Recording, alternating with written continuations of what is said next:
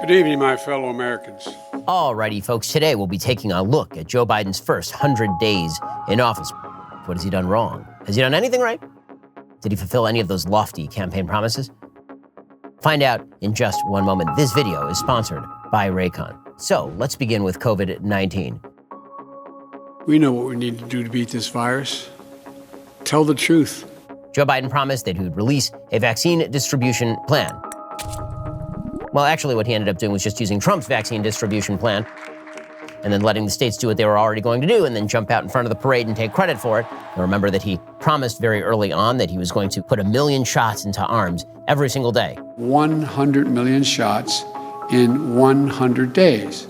They were already putting 1 million shots into arms every single day. Well, now, of course, it's much higher than that, but that really has nothing to do with Joe Biden, as per our usual arrangement. Come on, give me a break, man. Come on, you guys. Let's go, Chris. He also said he was going to listen to science by rejoining the WHO and keeping Anthony Fauci as a close advisor. Well, he did join the WHO and he did keep Fauci as a close advisor, but these things are mutually exclusive with listening to the science, considering that Joe Biden is now doing interviews in which he is explicitly saying that he is not going to do what the CDC says you're allowed to do. If we were, in fact, sitting there talking to one another close, I'd have my mask on, and I bet you'd have a mask, even though we've both been vaccinated. And so... Which makes no sense and has nothing to do with science whatsoever. Anthony Fauci continues to give mixed advice about whether you should mask or whether you should unmask, whether schools should be open or whether schools should be closed. So if you want your schools to open, get your community level down to a safe level. Anthony Fauci has been much more of a wall than a window when it comes to transparency with regard to COVID. If you're going for a touchdown, don't spike the ball on the 5-yard line. Next, let's get to the economy. So he says he's going to reverse Trump's corporate tax cut. He hasn't actually done this yet. He's proposing to raise corporate taxes through the roof, capital gains taxes through the roof, income taxes through the roof. He is going to raise taxes across the board on pretty much everyone, because it turns out that when you tax corporations, you're taxing all the money that gets passed down to the employees. When you tax capital gains, you're taxing investments in the stock market, which is going to lower the increase in your 401k. He hasn't actually done any of this yet, but he certainly intends to do so. Also, Joe Biden pledged that he was going to raise the amount of spending he's doing. That he's definitely doing. He's already passed a $2 trillion useless package. Got it. Thank you all. He's going to pass another $2 trillion useless package on infrastructure, and then he plans to pass another $2 trillion useless package, the American Jobs Plan. So basically, he's going to spend $10 trillion in his first 3 months in office if he gets his way, and we'll see how much of that he can pass. When it comes to the environment, Joe Biden promised that he would organize a climate world summit, and he did. Well, hello again, everyone. Welcome back. People got on Zoom, and they talked. And Joe Biden even wore a mask on Zoom, which makes no sense because you don't get COVID through the interwebs. During this Climate World Summit, a lot of people talked, including Greta Thunberg. And let me just remind you, Greta is disappointed in you. How dare you? Joe Biden also promised to make the U.S. a leader on climate change. I don't even know what that's supposed to mean. It's just a lot of hot air. No pun intended. Apparently, that just means you hold a bunch of world summits and then you make a bunch of commitments that we're never going to fulfill, or even if we do fulfill them, it's not actually going to radically change the increase in global temperature that's slated to happen over the course of the next century. But he feels really good about himself, and John Kerry gets to use a plane. We will get back to more on Joe Biden's first 100 days. But first, Raycon is disrupting the electronics industry by making great sound for everyone. Their wireless earbuds start at half the price of other premium audio brands. Raycon earbuds, they give you 6 hours of playtime, seamless Bluetooth pairing, more bass, more compact design for that comfortable noise-isolating fit. Raycon offers their wireless earbuds in a range of fun colors and patterns.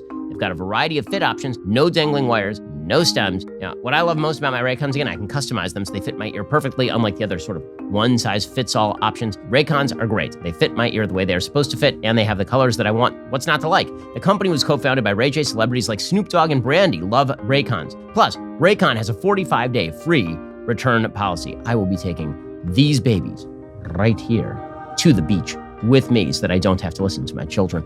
You will love Raycons as well. Look, they fit so easily in your ear. They go right in your ears. And now you are good to go. Click the link in the description box or go to buyraycon.com/ShapiroYT to get 15% off your Raycon purchase. Joe Biden says that he was going to fix racial equity problems in the country. Here, what he basically means is that he is going to pervert the entire purpose of the American government so as to achieve equal outcome rather than equal rights under the law. He has said that he wants to extend the Voting Rights Act, which means basically put the federal government over all states that vote red in the South, and then demand that they change their congressional districting in a certain way. It is violative of the Supreme Court ruling on the Voting Rights Act that has already been passed. He says he's going to push Congress to pass the George Floyd Act. All that would do is make it much, much more difficult to police. Also, he wants to make sure that the DOJ can cram down its version of settlement agreements on every police department in a major metropolitan area across the country, thereby making it much more difficult to police, which of course will spike the crime rates. He also says that he wants to push H.R. 1, which is this massive expansion of federal power into voting procedures. It is blatantly unconstitutional, but the basic idea is if we can make it easier to achieve voter fraud, achieve ballot harvesting, somehow this will make voting better in the United States on behalf of racial equity or something. On immigration, Joe Biden pledged that he was going to make things better. Whoops, that didn't happen. He said he was going to stop family separations at the U.S.-Mexico border. Nope. We have more kids in cages than ever before in American history. He said that he would defund continued border wall construction. Didn't do that. In fact, he's actually continuing to build sections of border wall. He said he was going to increase government supervision over U.S. border and immigration agencies. Not aware that he's done that. All that he's really done is incentivize a lot of people to cross that border illegally. And then he basically holds them for a while, and then he releases them into the interior of the United States. But don't worry, Kamala Harris is on it. She is so on this thing. He assigned her the border crisis. She has spent precisely 0 minutes at the border of the United States. Do you have plans to visit the border? Not today. On foreign policy, Joe Biden pledged that he would bring us back into the community of nations. He pledged to pick up the pieces of Donald Trump's broken foreign policy. Here's the problem. Donald Trump's foreign policy was actually the best part of his administration. His policy with regard to China was very strong. His policy with regard to the Middle East ended with the Abraham Accords. Basically, it seems that Joe Biden's foreign policy is we will make nice with China, ignore all of their human rights violations in the perverse hope that they're going to do something about climate change. And then also, he will make overtures to the Iranian regime, which has dedicated itself to the destruction of the Jewish state and the development of nuclear weapons. He's just relieving sanctions for no apparent reason on that front, all the while ignoring the progress that's been made in the Middle East between the Arab countries and Israel, trying to force Israel to make concessions to terror groups like Hamas.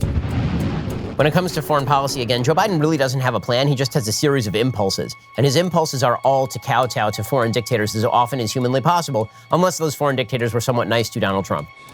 Getting a good picture of everybody so we look nice and handsome and thin. It's only been 100 days, but Joe Biden has radical change on the mind. The whole thing is that Joe Biden was elected to provide stability, a return to normalcy, moderation. He's not doing any of that. He is going full pedal to the metal on all the radical left agenda items, from racial divisiveness to economic blowout spending to increases in taxes to kowtowing on American foreign policy to some of the worst states on earth. Culturally, there are different norms at each country, and their leaders are expected to follow. Get ready, folks, because it's only going to get worse from here.